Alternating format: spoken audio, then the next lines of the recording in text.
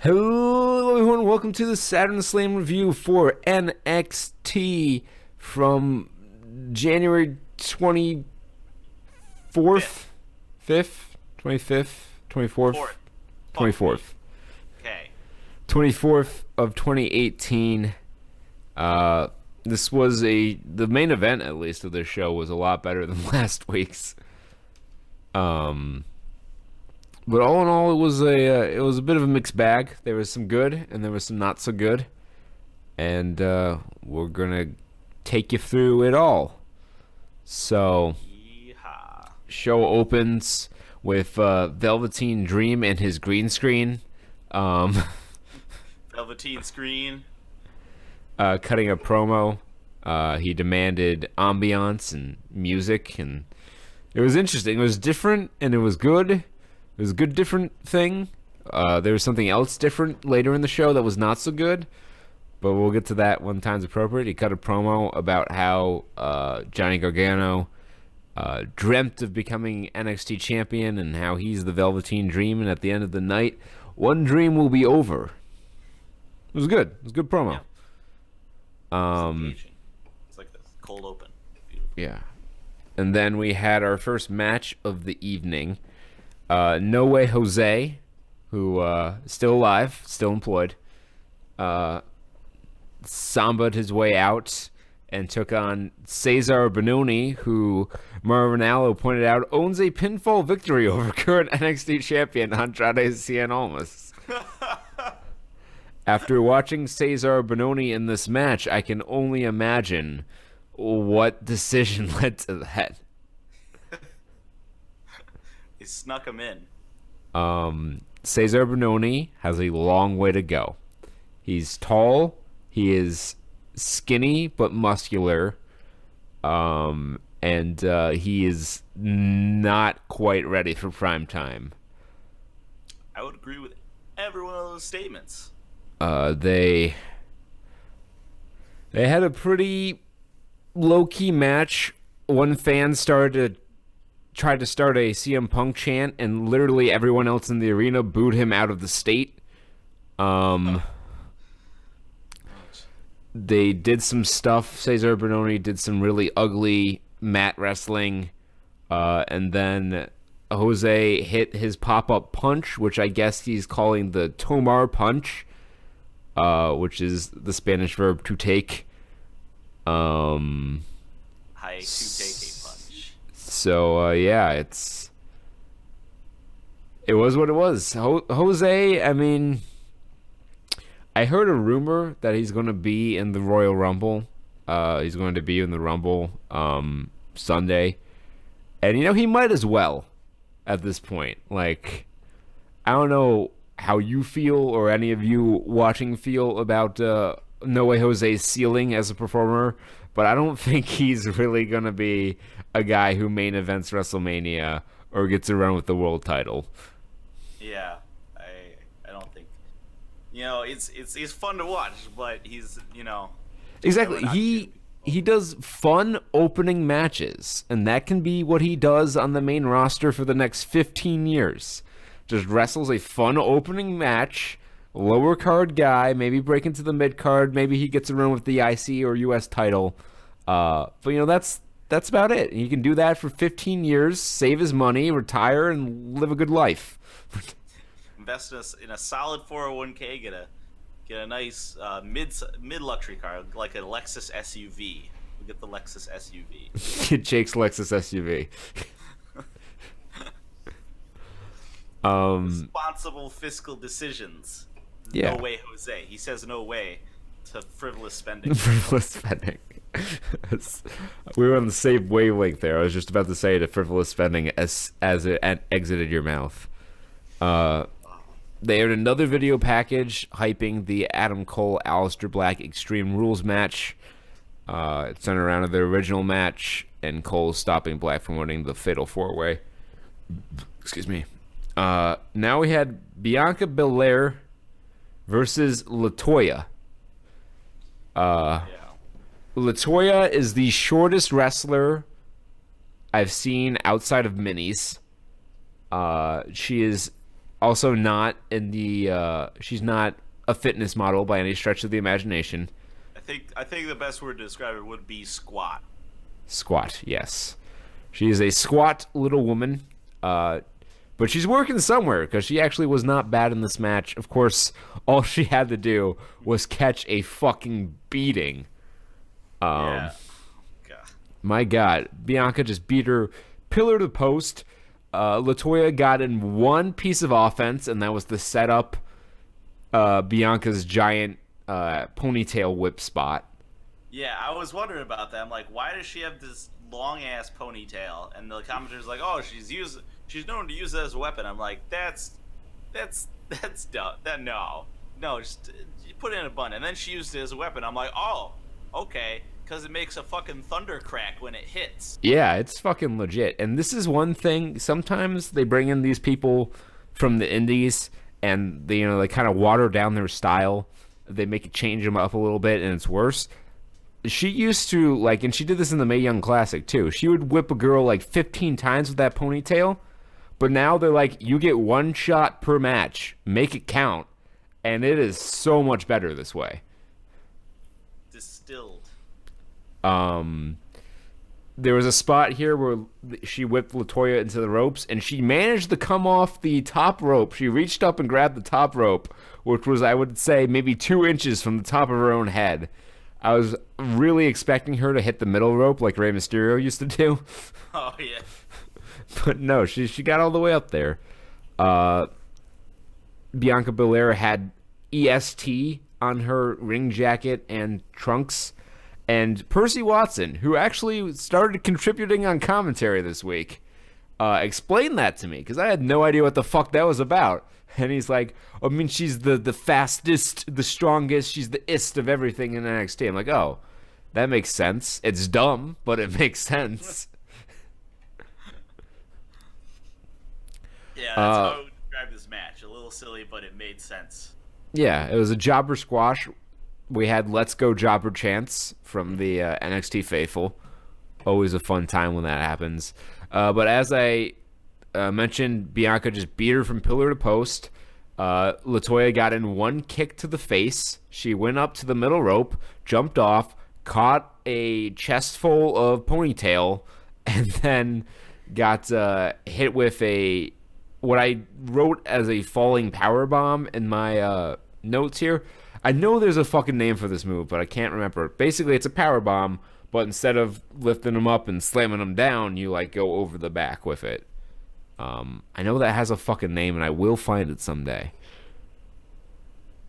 Rainbow reverse throwy thing. Then we had a pre-taped interview segment with Percy Watson interviewing Ember Moon and Shayna Baszler. When they hyped this up, I was like, well, this is going to fucking end poorly. And I was right. But Percy Watson, who I thought would be a detriment to the segment, was fine here. He should do this. This should be what he does. He's fine on commentary, starting to say some more stuff, but it's not ridiculous. He's not fucking Byron Saxton or Booker T. Yeah. But he's not great with this. But he was fine here. I like this, but first off, what the fuck is with the spooky music playing in the background of this entire segment? It's ambience. Second off, how many fucking camera cuts do you need to do in an interview segment? They're cutting back and forth between Percy and Shayna and Ember, and it's not like dialogue cuts, when you watch a movie or a dignified television show, where when one person's talking and they stay on the person talking, and maybe they cut to the reaction when it's appropriate, and then the other person starts talking. But no, they're just cutting back and forth while people are talking. How many cameras do they have on this thing? Is it it's probably less a 4 or more than 4? Because it's got to be more than 4, right? I don't know. They had the one on Ember, they had the one in Shayna, they had one in Percy, and they had a wide shot. So I think it was just 4. Okay. But goddamn, did that just... But they got all fucking 4 cameras worth. Anyway, and, what they said here. So, I can only imagine the planning of this segment. Let's take these two girls who can't really fucking talk and put them. Whose gimmick is like when she's questioned, she just kind of smirks and like, I'm not gonna say anything. Yeah. And let's put them in an extended interview segment on NXT television on the go home show of our pay-per-view. Yeah, it was a disaster. Yeah. So Ember called out Baszler for trying to injure people as opposed to winning based on her own merit. She mentioned the code where they win via skill and show sportsmanship. This is the first I've heard of this code. She said Baszler will not win on Saturday. Baszler laughed, and then in a roundabout way, because first, Shayna Baszler sounds like, she doesn't sound like a woman. She sounds like a prepubescent boy. And there's a difference in tonality that's very important, and it's very distracting. So you would say that her voice is not intimidating. No, I would definitely say that. Of course, I could also say the exact same thing about Brock Lesnar and Bobby Lashley and many other big mean-looking motherfuckers before Shayna Baszler. So what she needs is to get a mouthpiece. And, I just had this thought. If Paige can't wrestle anymore, Paige is like one of two girls they have in their employ who can talk. Maybe stick Paige with Shayna, have her cut Shayna's promos like Paul Heyman cuts Brock's promos. And maybe she'll go further than Smart. She's going to go here. But she laughed at Moon. She said she's happy Ember Moon achieved her dreams. But she also started on the bottom, and now Shayna's here. Copyright Drake. She doesn't care if people know the struggle she went through. Baszler vowed that she would walk out with the title.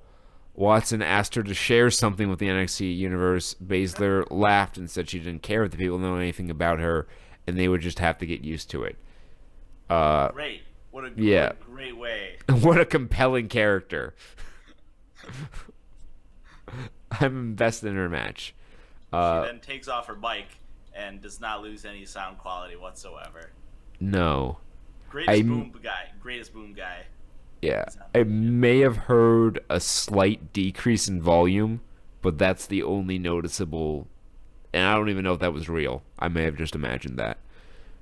Then we had part 2 of the Who Are TM61, and just like the first part, it was good and really well put together. Harvey Race was on for a few seconds, say they were going to be the best team ever. Why they didn't air these fucking promo packages when they first debuted, I couldn't venture a guess. Because these guys, they're human beings now. Before they were just dudes with abs and tans and accents.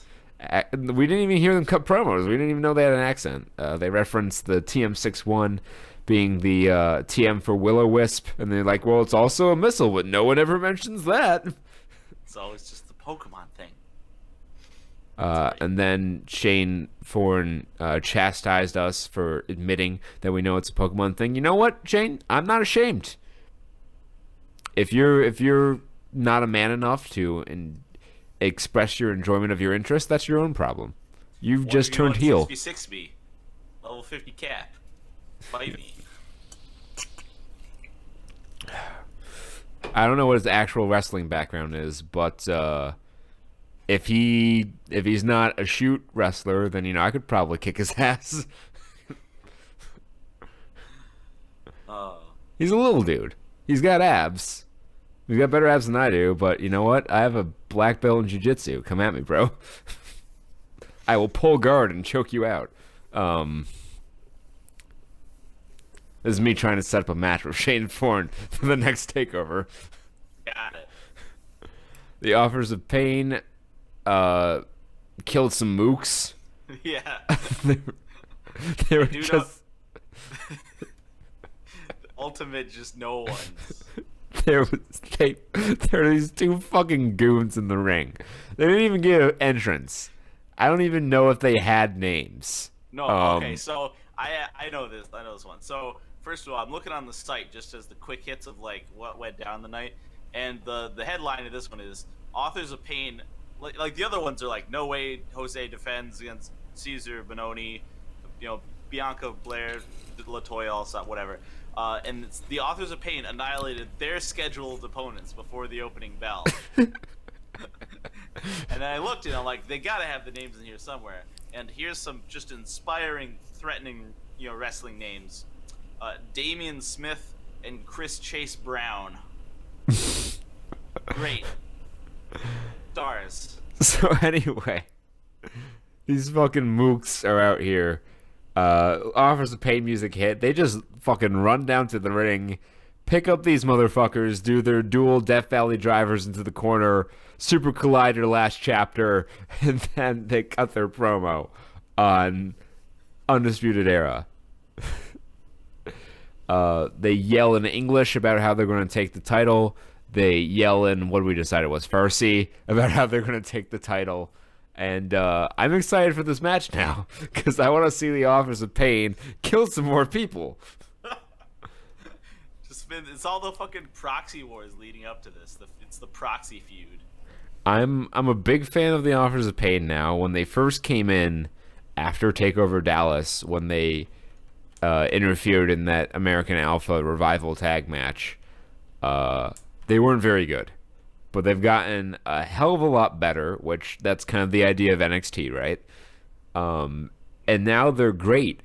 And I want to see them come up to the main roster, but selfishly, I don't want them to go up before War Machine comes in. Because I will pay extra money on top of my network subscription to see that match. Damn. Putting good ideas in my head. When you do that. So, let's see what else we have here. They ran down the card for TakeOver Philly. They hyped some things for next week, which will be taped before TakeOver show. Typical things. TM61 making the return, and Lacey Evans versus Nikki Cross, which I'm sure will be a barn burner. Oh boy. The Marine versus the Russian Ruby Ragdoll. It's not Punk Rock Ragdoll was Ruby Riot, I think. It was Ruby Riot. And Nikki Cross is Scottish, not Russian. Oh, Nikki Cross, right? Okay, I forgot. I only remember her now from when she runs into other people's segments. Yeah, the crazy like lady who jumps on Adam Cole every other week. It's great. I just remember that when she jumped on Adam Cole and they're like dragging her off, and Adam Cole's like, "Get her out of here!" Get her out of here. We had Johnny Gargano versus the Velveteen Dream. This was a great match. There were loud chants of Johnny wrestling and Velveteen as the match began.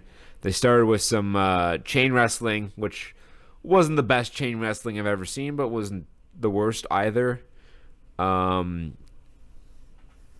gloated, so Gargano slapped on the Gargano escape. Dream quickly wiggled his way to the ropes. Johnny was a bit more aggressive than usual. He followed Dream outside, slammed him to the announce table, and then did a flip dive off the ring apron. Dream finally took over when he caught Gargano's slingshot spear attempt and hit a swinging neckbreaker. Velveteen Dream teased doing a top rope dive to the floor, and then the crowd got excited, and then he's like, fuck it, and jumped off the rope to give the crowd blue balls. He then Gargano came back and used the jumping STO from the middle rope, but he only got a 2 count. They traded finisher reversals until Dream hit his octopus DDT, which I will call it the octopus DDT until they give me a name for it. Fair enough. Gargano kicked out. Everyone was super into the near falls in this match because they beat into your head that Gargano didn't belong on the NXT title shot. And they beat this into your head for weeks now, And then, so people thought he might lose this match. So they were into every near fall. Dream hit a Death Valley driver from the middle rope. It was basically a super AA, but it was a lot better than I've ever seen John Cena do it. Surprise, surprise. Someone's a better wrestler than John Cena, I know. Hard to believe. But he kicked out, and everyone was super into Gargano after that point. Finally, he went up to hit the Purple Rainmaker, but I guess Gargano was kind of working his arm over, so he had to switch elbows, and the moment's hesitation allowed Gargano to get his knees up, and then he submitted him with the bad arm and the Gargano escape. He immediately tapped. This was great. This was a good match. We haven't been giving stars for the other ones, but they're just squash matches, so it doesn't really matter. This one I would go as high as 3.5 for this one. I enjoyed this match. Yeah, I mean, I was super hype on it. I going even higher with a 4. I felt like excitement and feelings during this match. That doesn't happen a lot for me. So I was like, yeah, I got into it. So it's 4 stars for me. And also, Kurt, I'm sure you'll talk a moment about this little post-match thingamajig here.